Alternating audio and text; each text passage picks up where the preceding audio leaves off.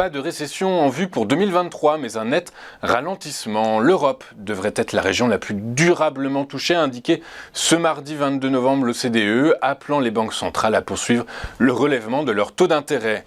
La croissance du PIB, du produit intérieur brut mondial, doit ralentir à 2,2% en 2023 contre 3,1% cette année, avant d'accélérer à 2,7% en 2024. A estimé l'Organisation de coopération et de développement économique, revoyant ainsi légèrement à la baisse sa prévision pour cette année.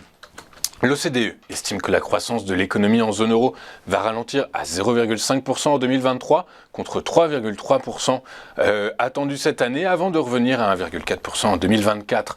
C'est un peu mieux que sa précédente prévision qui tablait sur une croissance de 3,1% cette année et 0,3% l'an prochain.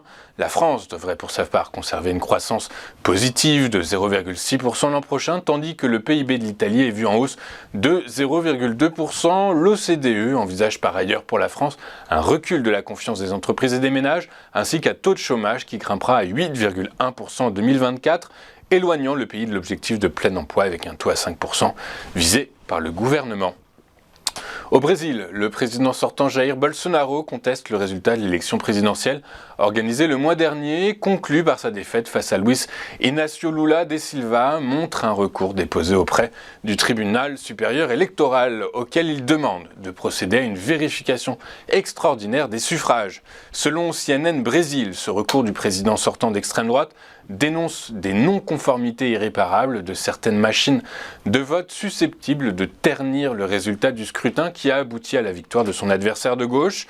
Mais ce recours a peu de chances d'aboutir selon les observateurs locaux, car la victoire de Lula a déjà été ratifiée par le TSE et reconnue par les principaux responsables politiques du Brésil et les partenaires principaux internationaux du pays, dont les États-Unis. En France, le groupe d'EHPAD Orpea a annoncé hier qu'il acceptait finalement de rembourser l'intégralité des 55,8 millions d'euros d'argent public qui lui sont réclamés au titre de ses mauvaises pratiques passées et dont il contestait jusqu'à présent la plus grande partie. En juillet, le groupe avait annoncé qu'il n'acceptait de rembourser que 25,7 millions d'euros sur les 55,8 réclamés. En revanche, Orpea contestait jusqu'à présent le reste de la restitution réclamée, soit 30,1 millions d'euros correspondant à la rémunération de certains salariés du groupe qui faisaient fonction d'aide-soignants sans en avoir la qualification. La Caisse nationale de solidarité pour l'autonomie considère que ces salaires ne peuvent pas être pris en charge par les pouvoirs publics puisque les personnes concernées ne sont pas des aides-soignants. Pour rappel, le groupe de maisons de retraite privées se trouve dans la tourmente depuis la publication en janvier du livre enquête Les Fossoyeurs qui dénonçait une maltraitance des résidents, du manquement dans la gestion du personnel et un usage abusif des fonds publics. Avant de poursuivre notre émission, nous allons regarder ce qui s'est passé sur les principales places boursières de la planète hier. Les bourses européennes ont terminé en hausse. À Paris, le CAC 40 a avancé de 0,35% à 6657 points. Le FTSE a pris 1,03% et le DAX a gagné 0,29%. Aux États-Unis, la bourse de New York a également clôturé dans le vert, soutenue par des résultats de sociétés favorables dans un marché presque atone à l'avant-veille de la fête de Thanksgiving. En Asie, la bourse de Tokyo était fermée aujourd'hui pour la journée des travailleurs. En France, notons la belle performance du secteur de l'énergie qui a bondi de 4,15%. Les biens de consommation, eux, réalisaient la pire performance de la journée avec un repli de 0,36%.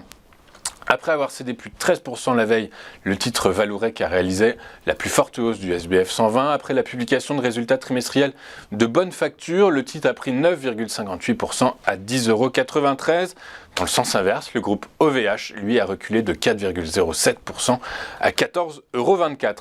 Les cours du pétrole sont repartis de l'avant hier, stimulés par l'incertitude qui règne autour de la stratégie de l'OPEP et à l'approche de l'entrée en vigueur de l'embargo européen sur le pétrole russe. Le prix du baril de Brent de la mer du Nord pour livraison en janvier a gagné 1,04% pour clôturer à 88,36 $. Le prix du WTI également avec échéance en janvier a lui pris 1,13% à 80,95 $. Enfin, du côté des crypto-monnaies, le Bitcoin a franchi la barre des 16 000 $ hier suite à son gain de 2,86% et s'est changé à la clôture à 16 182 $. Idem pour l'Ethereum qui a grappillé 2,4% à 1134 $ l'unité.